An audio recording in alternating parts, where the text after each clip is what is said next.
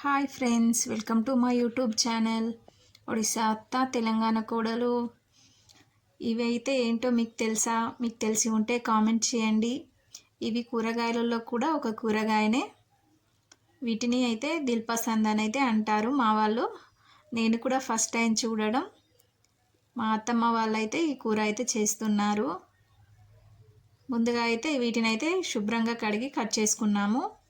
తర్వాత ఒక కడాయి పెట్టుకొని ఆయిల్ వేసుకొని, ఆయిల్ వేడైన తర్వాత ఆవాలు జీలకర్ర అయితే వేసుకున్నాము. తర్వాత ఒక 2-3 పచ్చిమిర్చి కూడా వేసుకున్నాము. పచ్చిమిర్చి వేగాక మనం ఇందాక కట్ చేసి పెట్టుకున్నాం కదా దిల్పసంద్, వాటిని వేసుకుంటున్నాము. వాటిలో గింజలు కూడా ఉంటాయి, అవి తీసేసి కట్ చేసుకోవాలి. పైన పొట్టు తీసేసి కూడా కట్ చేయాలి. ఈ కర్రీ అయితే సోరకాయ లాగా అయితే ఉంటుంది. హెల్త్కి కూడా చాలా మంచిదని మా అత్తమ్మ వాళ్ళు అయితే చెప్పారు. టేస్ట్ కూడా బాగుండే. చూడండి, ఇవన్నీ వేసుకున్న తర్వాత ఒకసారి మంచిగా కలుపుకోవాలి. ఫ్రెండ్స్, మా వీడియోస్ మీకు నచ్చినట్లయితే లైక్ చేయండి, అందరికీ షేర్ చేయండి. తర్వాత ఒక మూత అయితే పెట్టుకొని 5 నిమిషాల వరకు అయితే ఫ్రై అయితే చేసుకోవాలి. మూత తీసి చూద్దాం. చూడండి, కొద్దిగా ఫ్రై అయితే అయిపోయాయి. మీరు ఎప్పుడైనా మీ ఇంట్లో ఈ కర్రీ చేసుకున్నారా?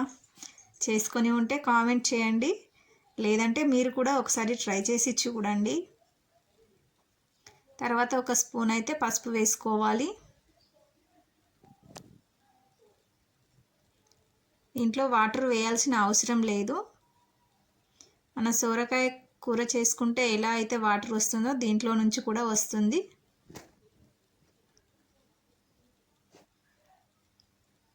ఒక స్పూన్ అయితే కారం వేసుకుంటున్నాను.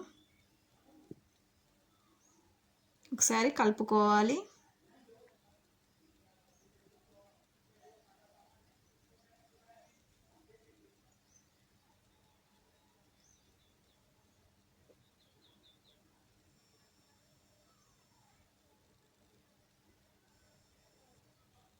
ఒక స్పూన్ సాల్ట్ వేసుకోవాలి.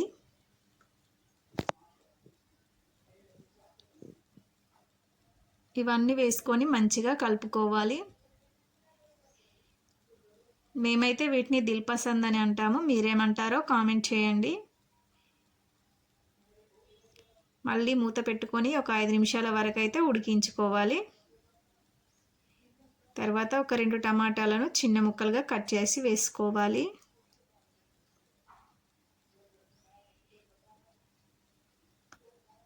దిల్పసంద్ అయితే ఉడికిపోయినట్లే. టమాటా వేసాము కదా, టమాటా ఒక 2 నిమిషాల్లో అయితే ఉడుకుతుంది. చివరగా అయితే కొత్తిమీర వేసుకుంటున్నాను కట్ చేసి.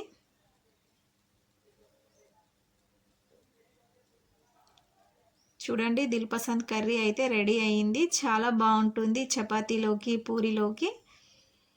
మీరు కూడా ఒకసారి ట్రై చేసి చూడండి.